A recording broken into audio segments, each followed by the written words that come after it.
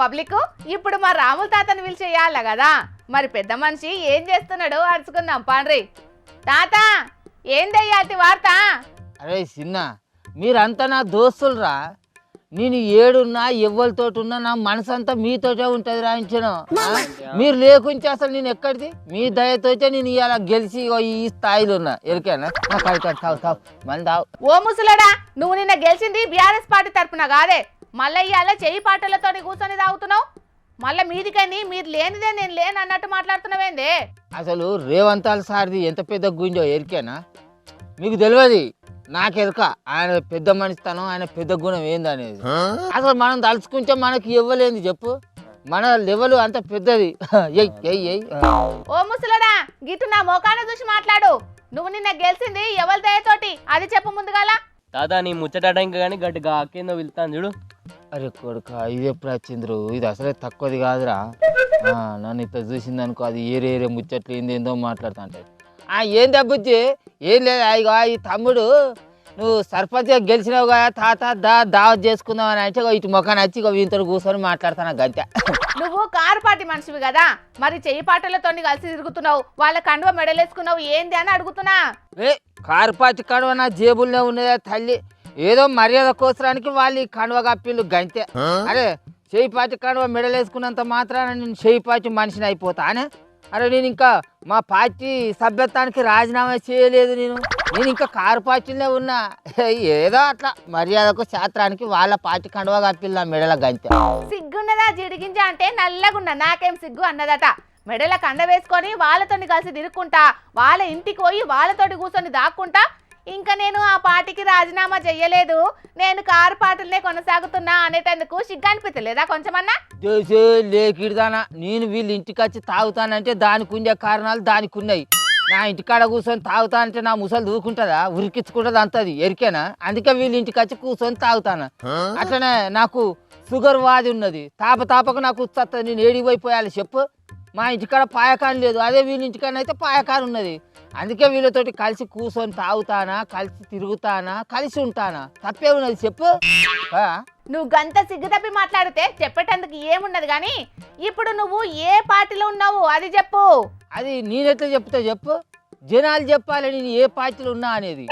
గెలిచింది మాత్రం కారు పార్టీలనే, కానీ నేను తిరిగేది మాత్రం చెయ్యి పార్టీలతోటి. నేను ఇది అంతా చేసేది ఎందుకు? మా ఊరి అభివృద్ధి కోసరానికి. అరే గా మాత్రం అర్థం చేసుకుంటలేదు తమ్మి అప్పల్లా.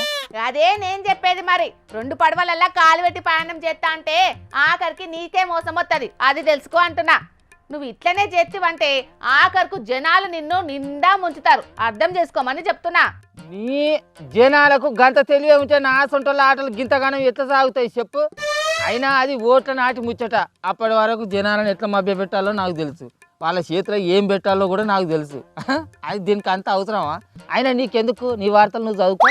అవునవును, ఆ జనాలే చక్కగా ఉంటే మీ ఆటలు గిట్లెందుకు ఉండు గాని, ఇప్పుడు రాష్ట్ర రాజకీయాలలో జరుగుతున్న కథలు కూడా గిట్లనే ఉండే. ఇక నీ అసొంటి బుడ్డ లీడర్లను ఎవడు కానిండు గాని. మరి ఇక అంటావు పెద్ద పెద్దోళ్ళే పార్టీలు మారి లేని ముచ్చట్లు చెప్పి తప్పించుకుంటా అంటే గవాళ్ళని నిలదీసే తెలివి లేదు. కానీ ఏమో బుడ్డ లీడర్లు నా సొంటలం పట్టుకొని అంటే ఏమవుతుందా? ఓ తాత మంద అయిపోయింది, తీసుకొస్తావా? తీసుకురానా? అదే నువ్వు మంద అడిగినాక నేను తీసుకురానా తమ్మి? నువ్వు బయట పట్టుకొస్తావా చెప్పు? నేను ఉన్నది దేనికి? ఇంకో ముచ్చట, నువ్వు తాగినాక కక్కు ఎరుగు బుత్తపోయి నేను ఎత్తి పారబోతా. నేను ఉన్నది దేనికి తమ్మి? నీకు సేవ చేసేటానికే. ఇంకో ముచ్చట, మా చిన్న కొడుకు మార్కెట్ చైర్మన్ పదవిని అయితే తెప్పియాలి. ఎందుకంటే అధికారం మన చేతుల్లోనే ఉన్నాయి కదా, జరంతా నువ్వే చూసుకోవాలి ఎత్తా అనే చేసి. చీచి, రాజకీయాన్ని గింత భ్రష్టు పట్టిస్తున్నావు ముసలోడా. నాయకుడు అంటే 10 మందికి ఆదర్శంగా ఉండాలి, గిట్లా ఓ పార్టీలో ఉండి ఇంకో పార్టీకి కొమ్ముగాసుడు పద్ధతి కాదు, ఎరికేనా? అసలు నీ బాధ ఏందక్క? తాత మా పార్టీలో చేరితే నీకేమైతా? తమ్మి నేను మీ పార్టీలో చేరినా అని చెప్పద్దు, మీతోటి కలిసి నడుతానా అని చెప్పాలి. మా ముసలోడు మీ పార్టీలో చేరినందుకో, మీతోని కలిసి తిరుగుతున్నందుకో నేను తప్ప అంటలేను తమ్మి. మీ పార్టీలో చేరే ముందు మా ముసలోడు ఇన్నొద్దులు తిరిగిన పార్టీకి రాజీనామా చేసి మీ పార్టీలో తిరగాలే కదా. ఇవాళ మీ దగ్గర అధికారం ఉన్నది కాబట్టి మీ పార్టీని పట్టుకొని తిరుగుతున్నాడు. రేపు అవతల పార్టీకి అధికారం వచ్చిందనుకో, అప్పుడేమంటాడు? నేను ఈ పార్టీకి రాజీనామా చేయలేదని వాళ్ళతోని కలిసి తిరుగుతాడు. ఇది కరెక్టేనా చెప్పు? అవును, అది కూడా నిజమే అక్క. ఓ ముసలాడా, నువ్వు ముందుగా అలా కార్ పార్టీకి రాజీనామా చేసి రాబో. అదే ఆ ముచ్చట ఈ కారు పార్టీ పెద్దలు చూసుకుంటారు, జనాలు చూసుకుంటారు తమ్మి. నీకు నాకేమున్నది చెప్పు? చెయ్యి పార్టీకి అధికారం ఉన్నది.